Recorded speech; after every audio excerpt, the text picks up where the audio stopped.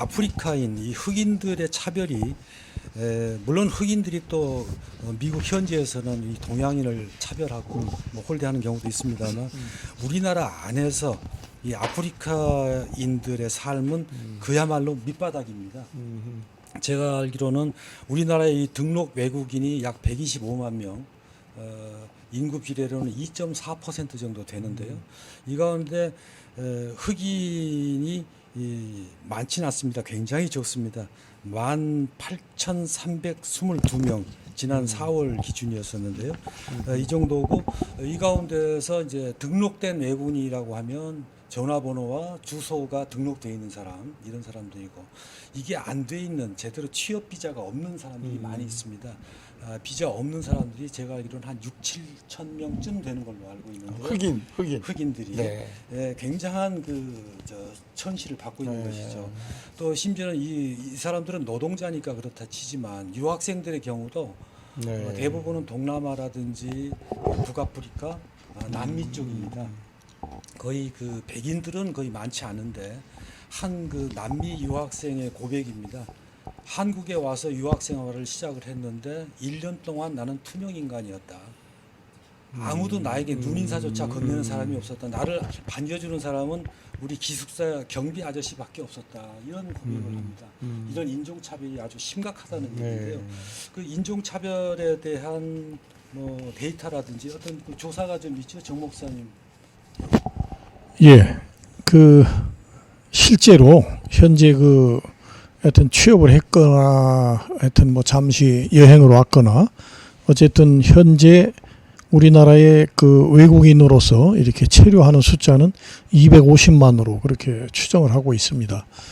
국가인권위원회가 얼마 전에 용역을 줘서 그 좀 긴데 한국 사회의 인종차별 실태와 인종차별 철폐를 위한 법제화 연구 뭐 이런 긴 제목의 그 용역을 준 거에 보면 인종차별은 현재 진행형이다 이런 결론을 내렸고 그 인종차별이 존재하냐 실제로 이렇게 물어봤을 때 여기 거류하는 그 체류자 소위 그 있는 이주인 가운데 68.4%가 존재하고 있다. 또 공무원들, 교원들도 실제로 89.8% 한 90% 가까이가 존재한다. 이렇게 응답한 것을 보면 이 국내법은 사실상 이 차별을 제어할 그런 그 법이 사실상 공백 상태다. 뭐 이렇게 좀 볼 수 있는 거지요. 반면에 조금 더 다른 나라의 경우를 보면 독일이라든지 캐나다 이런 데는 인종차별에 대한 구체적 정의와 구제, 처벌 조항 이런 걸 두고 이것을 위반할 시는 3년 이상 5년 이하 상당히 중벌에 처하는 이제 그런 사례 들 수가 있습니다. 근데 흥미로운 건 우리나라 사람 아까 정 목사님 말씀하신 국가인권위원회 그 조사 결과 인종차별 있다. 그 비율이 10명 중에 7명 꼴인데 그 차별의 사유가 한 가지 조금 특징적이에요. 그 가장 많은 차별의 사유가 한국어를 못한다. 이걸 이제 내놨어요. 그래서 저는 피부색 이걸 이렇게 좀 알았더니 한국어를 능력이 없다. 이게 제일 많고 그 다음에 이제 한국인이 아니다. 그 다음에 이제 출신 국가나 뭐 민족과 인종이 뒤따랐다고 해요. 그래서 상당히 그 좀 예를 들면 그 아마 소위 그 한국어가 그 차별의 그 1순위로 오른 것은 그 어떤 사회적인 통합, 그 사회 통합, 그 내가 이 나라 왔으면 이 나라에 통합해야 한다. 그 표징이 하나가 이제 언어인데 언어를 잘 못하니까 그런 게 아닌가. 근데 제가 독일에서 도 겉으로는 피부색 때문에 차별한다고 말은 않지만 소위 이른바 소셜 인티그레이션이죠. 여기 왔으면 노마에 왔으면 노마법을 따라야 하지 않느냐. 그런 의미에서 언어가 앞선 것 같아요. 아주 흥미로운 것 같아요. 네. 이 외국인 차별에서 가장 중요한 것이 유용한 사람이냐 아니냐 그 나라에 네. 그게 기준입니다. 아마 최 박사님 독일 유학 시절에 크게 차별받지 않은 것은 독일 국가에 비교적 유용한 사람으로 대접을 받으신 거고요. 우리나라의 경우에 어려운 것이 그 말에 대해서 얘기를 하셨는데 새터민이 한국에서 정착을 하려면 가장 먼저 해야 되는 것이 언어 교정 학원이라고 합니다. 네. 서울말을 그런다고 배워야지 그래요. 네. 그 이북 사투리 그 평안도 뭐 함경도 이거 강한 어조를 쓰다 보면 이게 조선족인지 뭐 새터민인지 뭐 또 뭐가 더 낫다고 할 수 그렇게 뭐 한국말을 아느냐 모르느냐 뭐 이 차원이 아니네요. 그 부분은. 네. 그래서 이 외국인들이 한국에서 산다는 것이 이 살아가는 것, 한국 살이가 아니라 살아남기다 이런 얘기까지 합니다. 정청래 의원이 뭐 이번에 다시 국회 그 진출을 한 것 같은데요.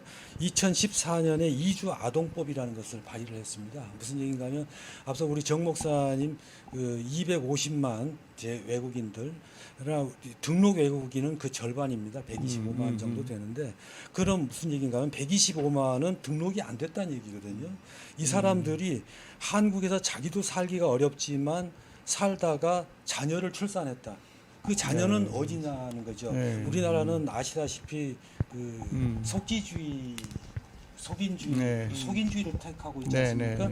그래서 이 아이들에게 어린 아이들에게 최소한의 공부할 수 있게 학교는 보내야 되지 않겠느냐. 그리고 기본적인 의료권은 줘야 되지 않겠느냐 해서 만든 것이 이주 그 아동법이었는데 이게 결국 불발됐습니다. 이게 그 외국인한테까지 이렇게 돈이 많이 들어갈 수 있느냐라는 얘기였는데요. 이 돈이 그렇게 많이 들어가는 것도 아닙니다. 2020년도에 그 국회 예산정책처에서 그렇다면 외국인 아동 출생 등록부라도 만들어 보자. 네. 여기서 낮다는 건 인정해 줘야 될 거 네. 아니냐 했는데 그 예산이 고작 6억 2,600만 원입니다. 소요 예산이. 그런데도 안 되고 있는 것이 현실입니다. 네.